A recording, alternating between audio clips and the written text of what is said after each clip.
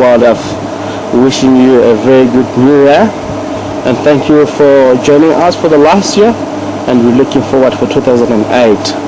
We're gonna try our best in 2008 to make sure everything's do perfect or to sit you on your certifications when it comes to wildlife.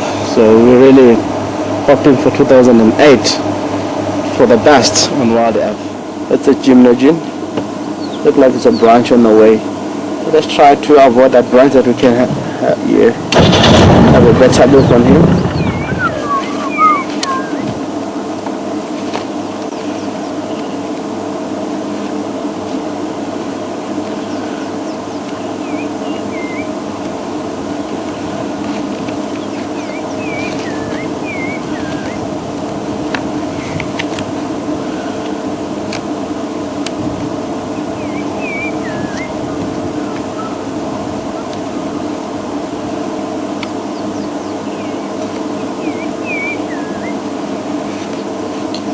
Such a beautiful solids.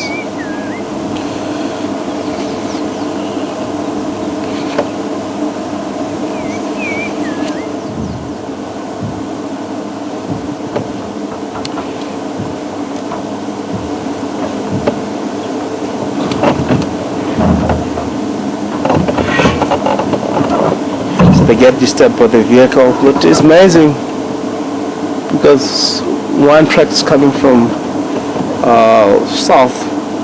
It could be more than two rhino. The tracks that we spotted earlier on just tell us it could be more than two rhino here. So we're gonna try to follow these rhino through the woodland, but look like they're not relaxed at all.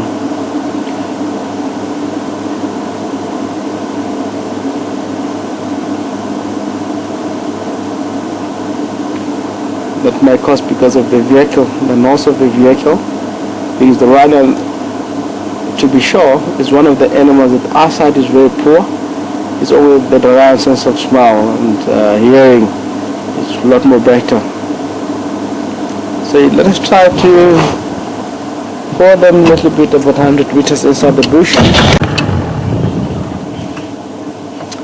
Guys, do you know, 60% of squirrels in the area, they use tree trunk that have a hole or they use tree itself that have a hole inside to hide away from bird of prey and anything that preys on them, and that it's a lot more successful. We have another one on the ground there.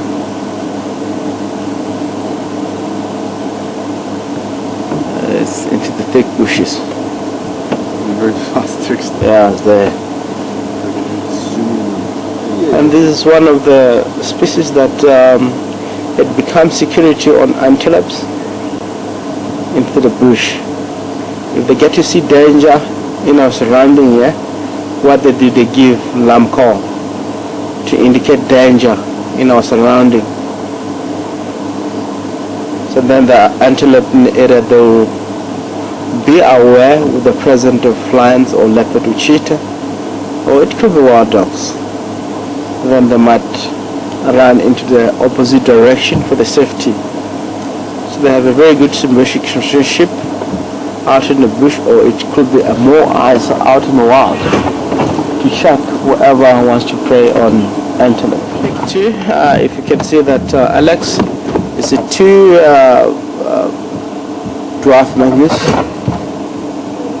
If I'm not mistaken, yes, dwarf mongoose, which are a little bit having interaction there. It could be play, or it could be one of the things that they do, which is common, but it's very seldom to see them. Because always into the thick bushes, which you hear them. Otherwise, we can able to hear in the vehicle, but it's really giving the alarm call when birth. It's one of the notorious calls around in the area. I know it from while I was young, in the age of 5 to 7 years. Once I heard this around in the area, and I really know that it will be raining. Rain is coming soon. We're getting prepared for summer. But then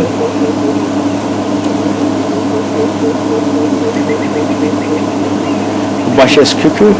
The cuckoo or bushes, it comes from the man who was doing collecting a lot of spacemen around in 1857. Started in Cape Town all the way down to the area.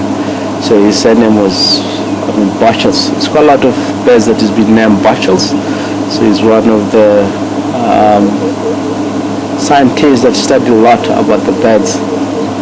And really, there's reason to they find a lot of Bushels, cuckoo Bushels, starlings, and a lot of Bushels into the area. The bird itself is one of the broad parasite which we have into the area. It's one of the birds that really prey sometimes on the chicks of the other birds into the area, and sometimes eating other birds' eggs, or stealing the birds from the nest and deposit his own eggs and let the other animals sit on her eggs, then able to incubate and hatch all the chicks, and the birds will realize when the chicks get in adult wood that doesn't belong to her, and by the time they're able to fly away and get to the area around the surrounding Bushels cuckoo is how actually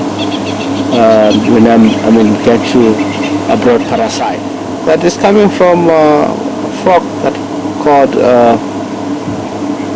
that's called a formless frog, which is a frog that go up in a tree. They mate with the female, and while they're mating up in the tree there, the female is rubbing the behind legs, and it really create, while they're mating, a foam like that, and really a female will lay the eggs inside there, and really what's going to happen, the foam is going to really dry up outside to hold the eggs.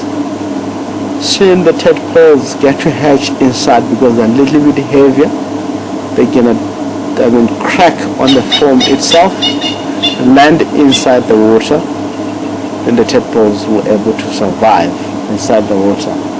And all that stage, which is called the metamorphic stage, it will take place. The tadpoles, as you know, it born like a bubble, so they're still young, and it will create legs, behind legs, and it goes to all that stage while they're inside the water.